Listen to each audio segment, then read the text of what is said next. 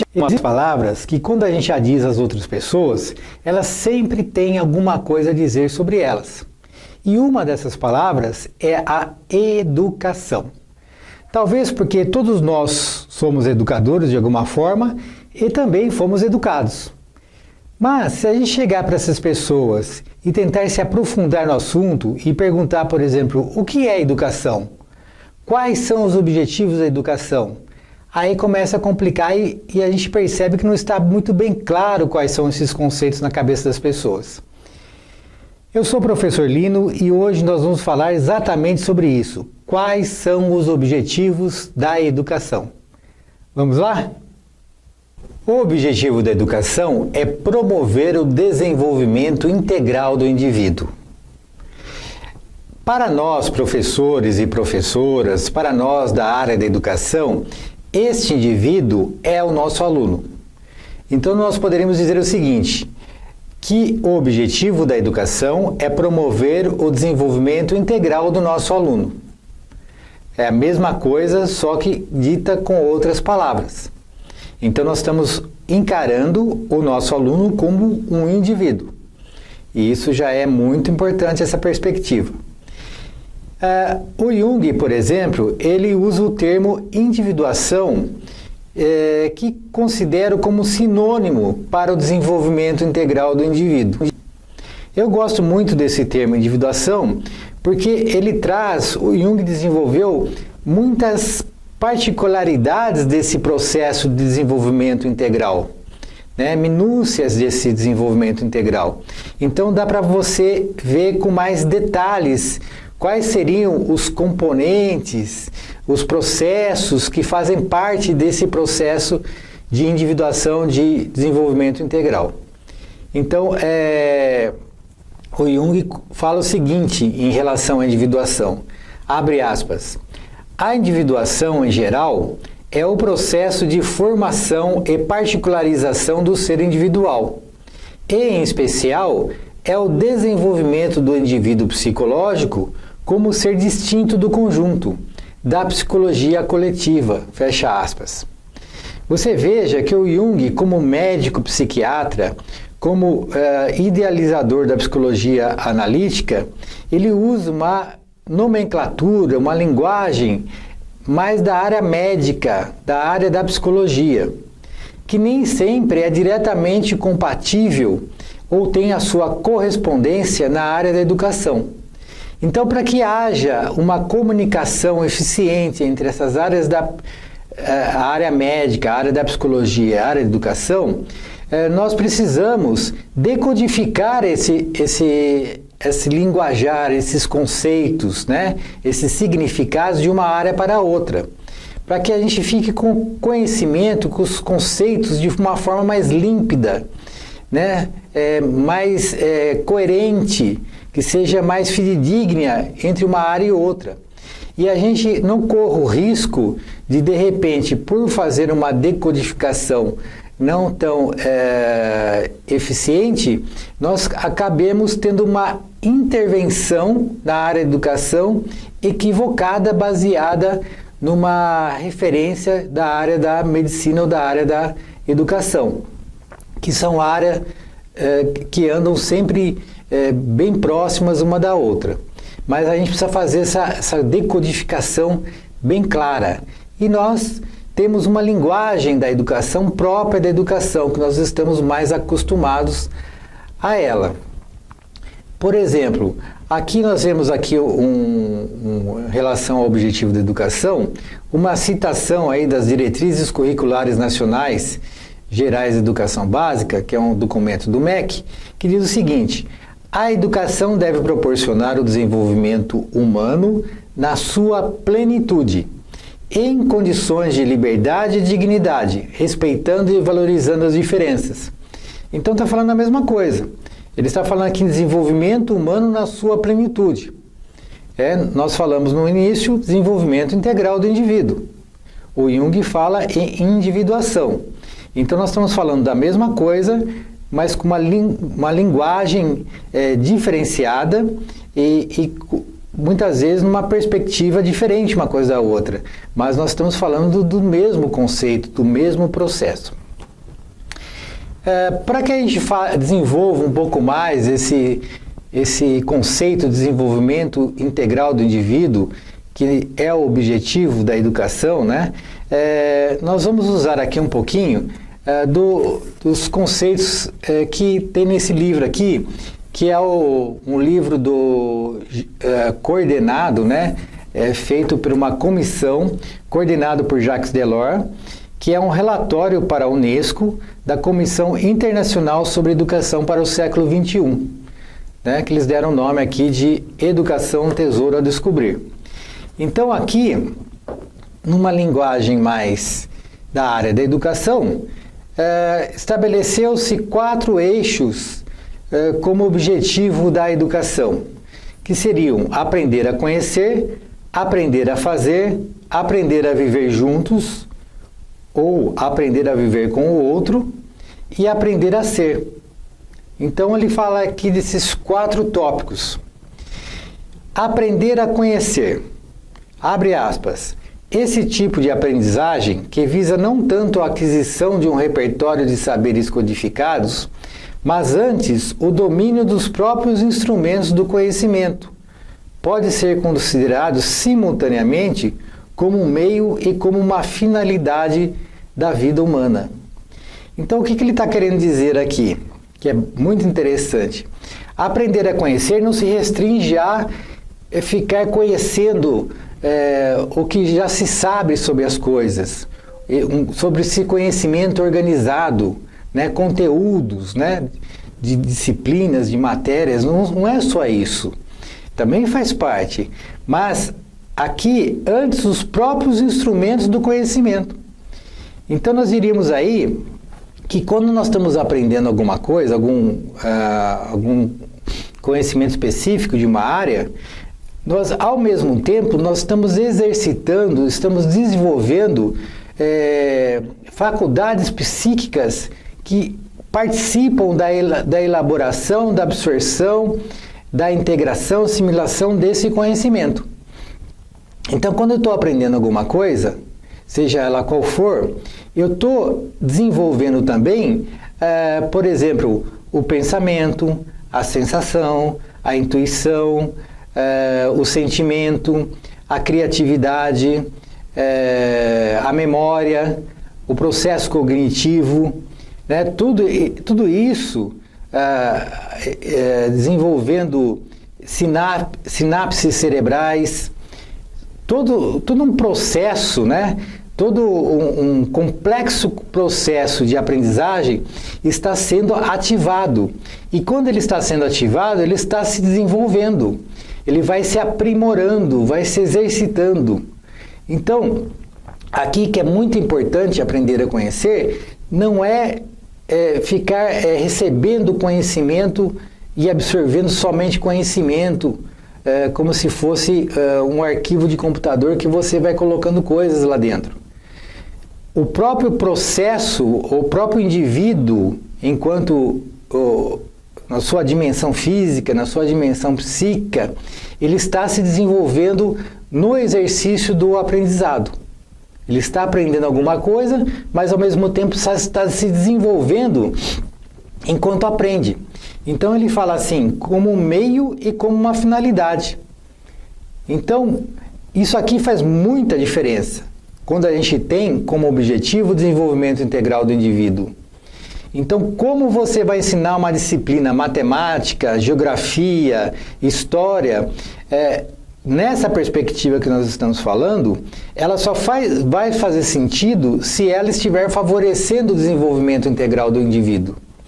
Então, se eu aplico, desenvolvo a minha atividade pedagógica de forma que eu vou gerar traumas, de forma que eu vou vou limitar, vou até prejudicar as faculdades psíquicas que já estão estabelecidas, né? Se eu vou nesse sentido, a pessoa pode aprender aquele conhecimento, mas ser prejudicada no seu desenvolvimento. Agora, se eu tenho como objetivo o desenvolvimento integral do aluno, então eu vou ajudá-lo no seu desenvolvimento através do ensino da matemática, através do ensino da geografia, através da educação física, através de várias atividades que a gente vai desenvolver. Então, as duas coisas devem funcionar juntos, né? Juntas. Não só o conteúdo, mas pensar que ele é um meio para o desenvolvimento integral daquele indivíduo. Então, aprender a conhecer, nesse conceito, é extremamente importante a gente ter esse conceito bem definido, bem resolvido na nossa mente enquanto professor, enquanto professora. Aprender a fazer. Ele diz o seguinte, abre aspas, aprender a conhecer e aprender a fazer são, em larga medida, indissociáveis. Mas a segunda aprendizagem está mais estritamente ligada à questão da formação profissional. Fecha aspas. Então ele faz aqui, e a gente vai usar essa fala do relatório do Jacques Delors, para olhar nessa perspectiva, aprender a fazer numa questão profissional. Aprender a fazer não está ligado somente à questão profissional, mas como sua intervenção no mundo, né? Mas aqui ele pegou essa questão profissional, então vamos comentar a respeito disso. Então, da mesma forma que no primeiro item nós vimos que não basta ensinar a qualquer preço, porque ou ensinar um determinado conteúdo só vai fazer sentido nessa perspectiva que nós estamos falando, se for colaborar com o desenvolvimento integral do aluno, aqui também. Aqui o fazer no mundo, a profissão de uma pessoa, só deveria fazer sentido se isso estivesse em consonância com ela como um todo, como indivíduo como um todo. Então, quando a criança nasce, ela vem com algumas coisas para serem melhoradas, que poderíamos chamar assim, e algumas coisas que elas vêm com uma vocação, uma coisa que ela tem habilidades já desenvolvidas, que também devem ser aprimoradas. Então, quando ela faz a vocação dela, quando ela pratica, ela se sente muito feliz. E quando ela vai resolver questões, de repente, mais críticas dela, ela pode gerar alguns desgaste, né? Porque ela está lidando com situações que precisam ser resolvidas. Então, a transição entre uma área e outra é muito, muito bom, muito interessante. Eu faço o que eu gosto e faço aquilo que eu preciso fazer, vamos chamar assim, né? Então, a educação, descobrir a vocação de cada aluno e fomentar isso dentro desse aluno. Então, você veja que o critério de desenvolvimento profissional na perspectiva do desenvolvimento integral do aluno, não é o mercado de trabalho, não é quanto ele vai ganhar. Por exemplo, uma pessoa tem vocação para ser professor ou professora.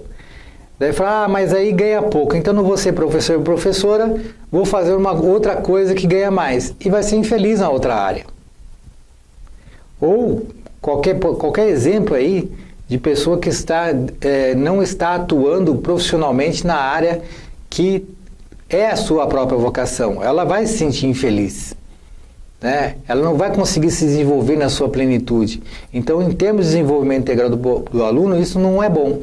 Então, aprender a fazer é essa questão do alinhamento do seu fazer, do seu jeito, do seu potencial, né? Da sua vocação que você tem para desenvolver aquilo. Ou aprender a conviver, né? Ou a viver juntos, ou a viver com o outro. Então ele diz o seguinte, abre aspas, a descoberta do outro necessariamente passa pela descoberta de si mesmo. E por dar à criança e ao adolescente uma visão ajustada do mundo. A educação, seja ela dada pela família, pela comunidade ou pela escola, deve, antes de mais nada, ajudá-los a descobrir-se a si mesmos. Só então poderão verdadeiramente pôr-se no lugar dos outros e compreender as suas reações, fecha aspas. Então, conviver com o outro, vamos dizer, não é só uma coisa técnica. Quando essa coisa for sincera, ela vai ser muito mais suave, muito mais pacífica. Então, por exemplo, para que eu possa desenvolver essa habilidade de conviver com o outro de uma forma harmoniosa, de uma forma pacífica, descobrir-se a si mesmo, conhecer-se a si mesmo, é um processo extremamente importante. Porque cada vez que eu vou caminhando mais em direção ao meu interior, eu vou me conhecendo melhor. E a partir do momento que eu vou me conhecendo melhor, eu vou me descobrindo como um ser que tem referências daqueles comportamentos dos outros em mim mesmo. Então, eu vou começar a olhar de forma diferente, menos crítica, até ficar sem crítica. Não uma análise crítica, você vai continuar tendo uma percepção, né, um discernimento das coisas, mas sem o lado crítico. Então você vai ser mais compassivo, né, vai ser mais compreensivo com os outros. Então isso vai gerar um salto no seu desenvolvimento integral, a partir do momento que descobre a si mesmo e se vê projetado nos outros, tanto as suas qualidades positivas como as suas qualidades que precisam ser melhoradas. Então isso acaba gerando um maior conhecimento de si mesmo, uma maior responsabilidade pessoal, social e ambiental. Então isso reflete numa civilização de um patamar mais elevado, de um nível mais elevado.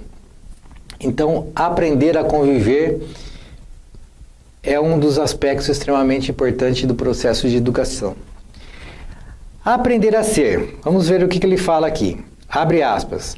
A educação deve contribuir para o desenvolvimento total da pessoa, espírito e corpo, inteligência, sensibilidade, sentido estético, responsabilidade pessoal, espiritualidade.